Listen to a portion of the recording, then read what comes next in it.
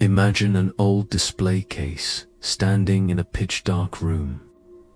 On it, a faded sign reads, "Warning, do not open under any circumstance." Inside sits an innocent-faced, red-haired Ragdoll.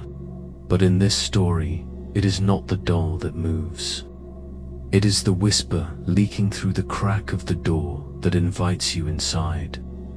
The moment you bring your finger close to the glass, a faint little tick comes from within, recalling the moment in 1970 when the curse first began. Now you stand before that cabinet and, in this video, you will see, step by step, why the warning "do not open" was nothing more than a prayer already too late. For more true horror files like this one, don't forget to like the video, subscribe to the channel, and turn on the bell icons so you don't miss the new episodes. Write just one word in the comments. Do not open. Let's see how many of us there are. If you're ready, dim the lights and let's begin. On a summer evening in 1970, when paranormal investigators Ed and Lorraine Warren stepped into a small apartment, they were greeted by what seemed to be a most innocent toy doll. It was an ordinary Raggedy Ann rag doll with red yarn hair and a smiling face. Yet the moment the Warrens set foot inside, they felt a strange heaviness in the air. The doll's owner, a nursing student named Donna, explained that her mother had bought the antique doll as a gift from a hobby shop. Donna and her roommate Angie had placed it on the bed as a cute decoration. But soon, they began to experience inexplicable events surrounding the doll. And these extraordinary claims were precisely what led the Warrens to visit. According to Donna and Angie, the rag doll, whom they named Annabelle, moved on its own. At first, they noticed only subtle changes in its position. Its arms were different, or it was found sitting cross-legged. Over time, however, the doll began appearing in different rooms of the house, if someone invisible was carrying it around. One day, Donna left Annabelle on the living room couch before going to work. When she returned, the doll was waiting for her in the closed bedroom, sitting on the bed. Every time, the movements occurred when no one was home. Sometimes they even found Annabelle standing upright. At first, the two young women couldn't make sense of these strange movements. But as days went by, their unease grew. The doll wasn't merely moving, it seemed to be trying to communicate. About a month after the phenomena began, mysterious notes started to appear in the apartment, making the situation far more terrifying. The notes said things like "help us" and "help Lou."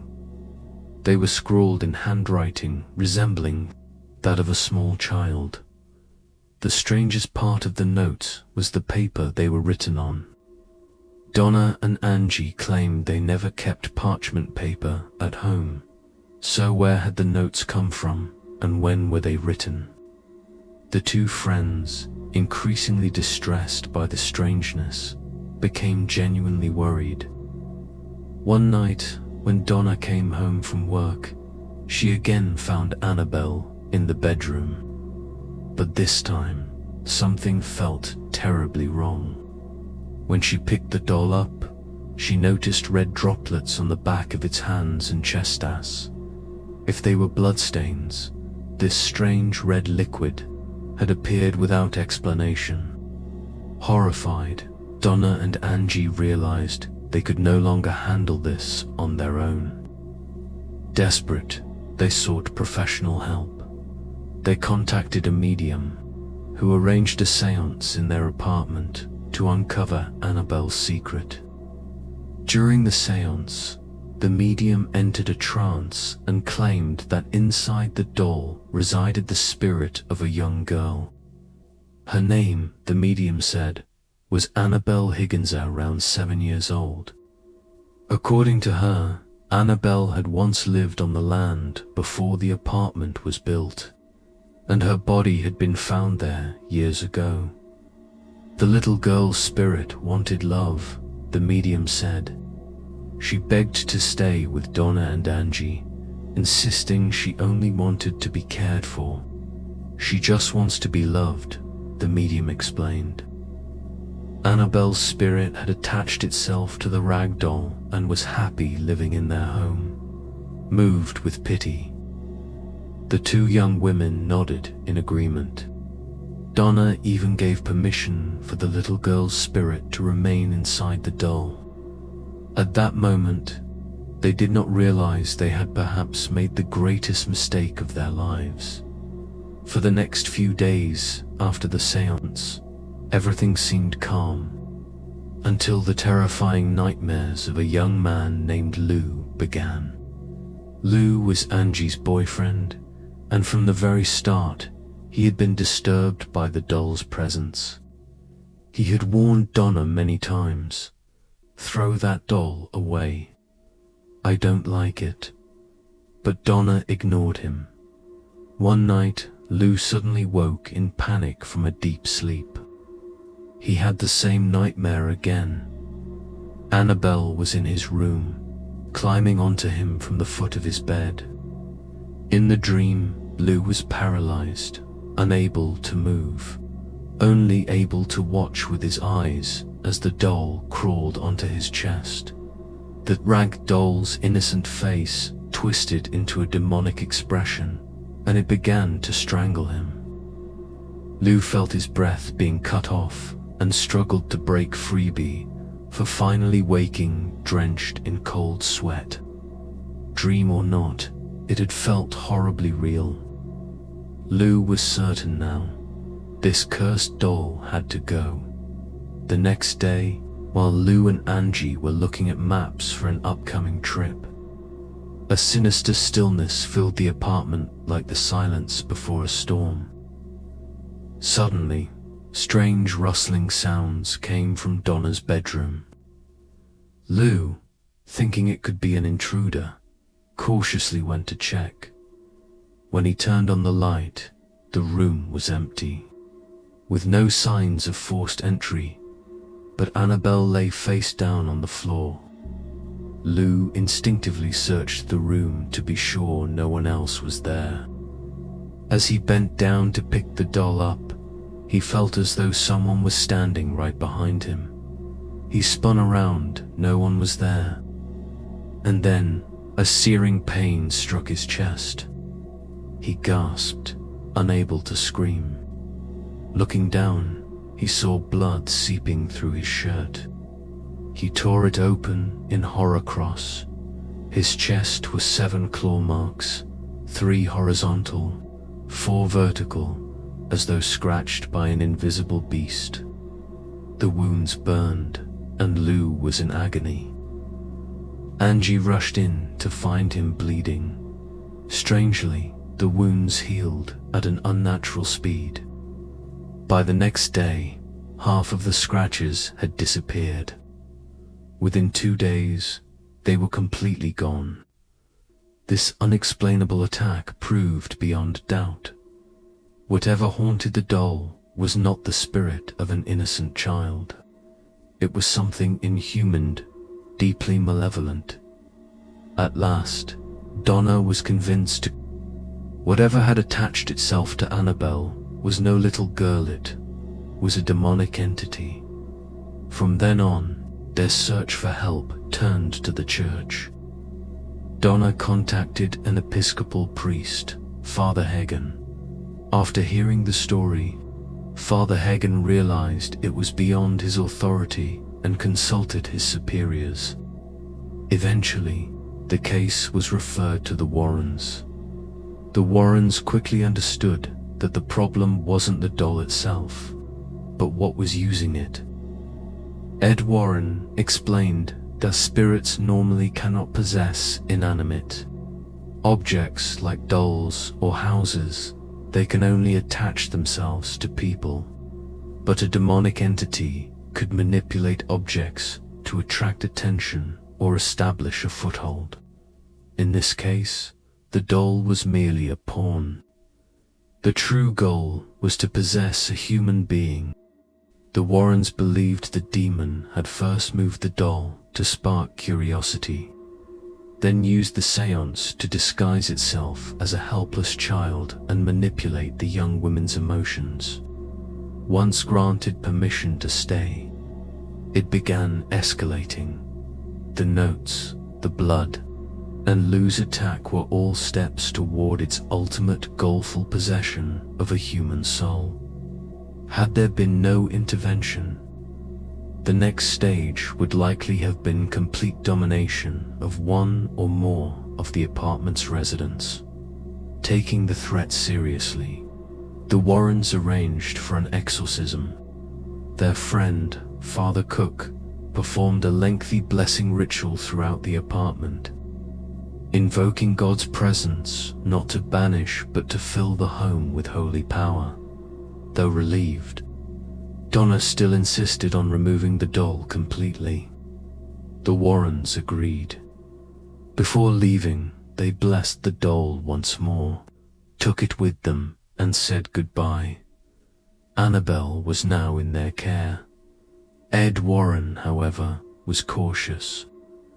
Driving home, he avoided the highway, preferring back roads, worried the entity might not have given up. His fears proved right. The moment they placed Annabelle in the back seat, the atmosphere in the car turned suffocating. Rage and hatred seemed to saturate the air. Ed struggled at the wheel as the car jerked and swerved dangerously. The steering stiffened, the brakes failed, and the engine stalled repeatedly. Barely avoiding accidents, Ed at last grabbed the vial of holy water in his pocket, with one hand fighting the steering wheel. He sprinkled the doll in the back seat and made the sign of the cross. Immediately, the car returned to normal. Lorraine whispered a prayer as they finally arrived home safely. Back at their house in Monroe, Connecticut, Ed placed Annabelle in a chair beside his desk. But the disturbances did not stop. Lorraine often found the doll in different rooms by morning, though it had never been moved. Even when locked in their office building, Annabelle somehow reappeared inside the house once, even sitting comfortably in Ed's chair. The entity especially seemed to loathe priests. Visiting clergymen often felt uneasy around the doll. One young Catholic priest, Father Jason Bradford, picked it up jokingly one day. "You're just a rag doll, Annabelle. You can't hurt anyone." Ed was horrified. "You should never have said that," he warned. Lorraine pleaded with the priest to be careful on his way home. Hours later, Jason called, trembling. His brakes had failed at an intersection, and he had narrowly survived a major car accident. His car was destroyed. Incidents like these convinced the Warrens that the doll could not be left free in their home. They had a special glass case built, locking Annabelle inside with a warning sign. "Warning, do not open." The case was regularly blessed and sealed with prayers. Though the doll stopped moving, strange occurrences still surrounded it. Visitors were warned never to disrespect it. One young man ignored that warning. In the late 1970s, a couple visited the Warrens Museum. After hearing Annabelle's story, the man laughed and mocked it. He banged on the glass and shouted, "If you're so powerful, scratch me too." Ed angrily expelled them. They left on a motorcycle. Hours later, The man lost control and crashed into a tree, dying instantly. His girlfriend barely survived. She later swore that right before the crash, they had been mocking Annabelle. This tragedy added to Annabelle's terrifying reputation. Never challenge the devil, Dolan, lest you wish to pay with your life, Ed often warned. Do not challenge the devil. No man is stronger than the devil. Over the decades, Annabelle remained one of the Warrens' most infamous cases.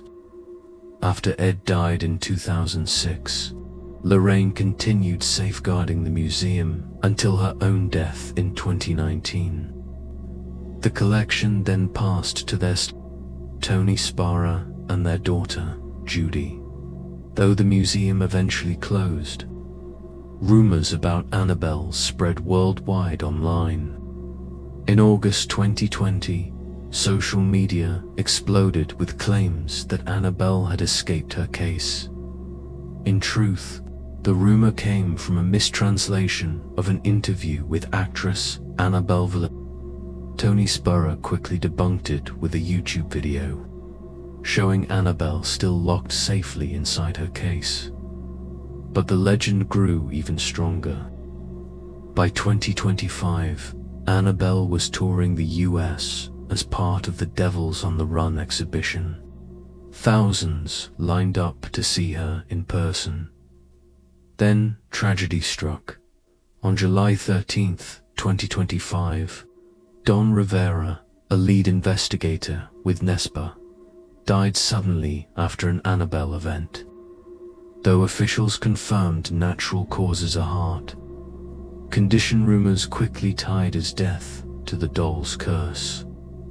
Finally, in late 2025, comedian Matt Rife and YouTuber Elton Casti announced they had purchased the Warren House and Museum, taking over as guardians of Annabelle and the occult collection today. Annabelle still sits behind glass, her blank stare chilling all who approach. Her silent presence is enough to keep people awake at night.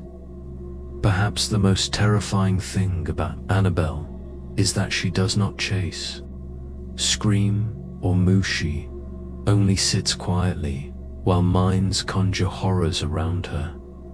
And as long as she remains locked in her case, people still wonder, is a demon truly trapped inside this rag doll?